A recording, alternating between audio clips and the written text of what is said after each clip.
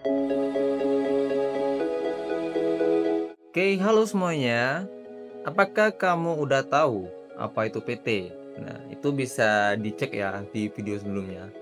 Tapi tiba-tiba kamu ketemu istilah yang namanya PT tertutup dan PT terbuka. Terus langsung mikir, lah ini apaan lagi nih? Nah, tenang, gak usah stres. Di video ini kita bakal bahas jenis-jenis PT tertutup dan juga terbuka. Bedanya apa dan mana yang cocok buat siapa cocok. Nah, di sini kita bakal jelasin 5 menit aja ya. Kenapa PT itu ada jenis-jenisnya? Oke, simpelnya gini.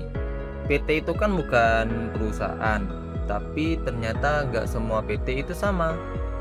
Ada yang skalanya kecil menengah, dari kecil hingga menengah. Ada juga yang raksasa sampai masuk bursa saham. Nah, disitulah muncul dua istilah, PT tertutup dan PT terbuka. Kali ini kita bakal bedah satu persatu ya. Nah, PT tertutup itu apa sih? PT tertutup adalah perusahaan yang sahamnya dimiliki oleh orang-orang tertentu saja. Biasanya dimiliki sama keluarga, teman dekat, atau grup kecil. Mereka nggak jual sahamnya tuh ke publik. Contoh sederhananya gini, kamu bikin usaha bareng kakak dan sahabatmu. Kalian punya saham, kalian yang atur. Nah, itu udah masuk ke dalam definisi PT tertutup. Ciri-ciri lainnya apa? Jumlah pemegang sahamnya terbatas. Gak bisa beli sahamnya sembarangan. Keputusan bisnis itu diambil secara internal. Lalu yang selanjutnya, apa itu PT terbuka? Nah, kalau PT terbuka ini kebalikannya ya. Mereka jual sebagian sahamnya ke publik. Artinya, aku, siapapun bisa beli sahamnya lewat pasar modal alias BEI atau Bursa Efek Indonesia. PT terbuka juga biasa disebut dengan perusahaan publik.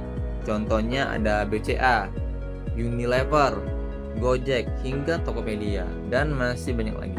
Nah, ciri-cirinya apa? Mereka terdaftar di Bursa Efek. Mereka harus lapor ke publik secara rutin. Mereka juga dipantau ketat sama yang namanya OJK, Otoritas Jasa Keuangan.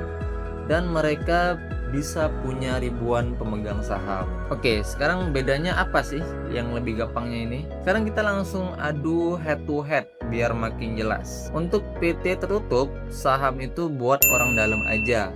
Gak masuk bursa, privasi tinggi, cocok buat usaha kecil hingga menengah.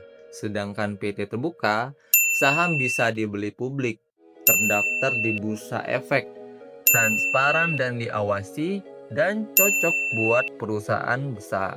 Nah, itulah bedanya ya. Nah, kalau keuntungan dan kekurangannya apa nih? PT tertutup enak karena lebih fleksibel, keputusannya cepat dan nggak ribet urusan pelaporan ke publik. Tapi susah kalau mau dapat modal besar dari luar. Nah, kalau PT terbuka bisa dapat modal besar dari investor publik, tapi harus transparan dan tunduk sama banyak aturan. Ini artinya harus siap diawasi, diaudit, dan gak bisa sembarangan diatur sendiri. Nah, itu perbedaannya. Gimana kalau mau ubah dari tertutup ke terbuka? Nah, itu bisa banget.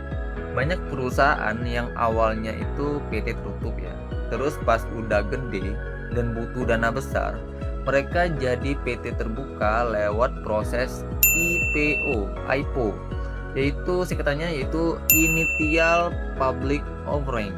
IPO itu kayak, yuk guys, gue mau buka saham buat kalian yang mau jadi pemilik juga. Dan boom, masuk bursa. Dana segar pun masuk, tapi tanggung jawab kalian makin besar. Cocoknya buat siapa nih? Kalau kamu baru mulai bisnis, modal sendiri, atau bareng keluarga atau teman, dan pengennya kontrol penuh, PT tertutup lebih pas.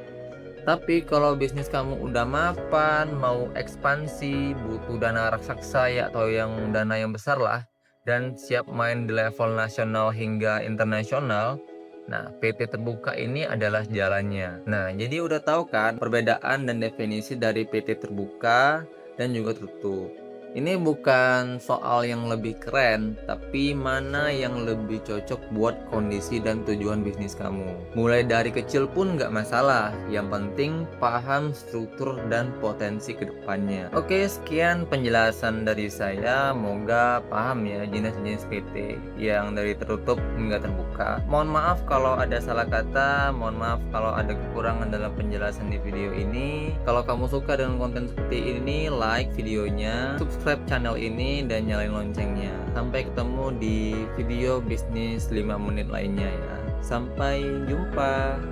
Bye.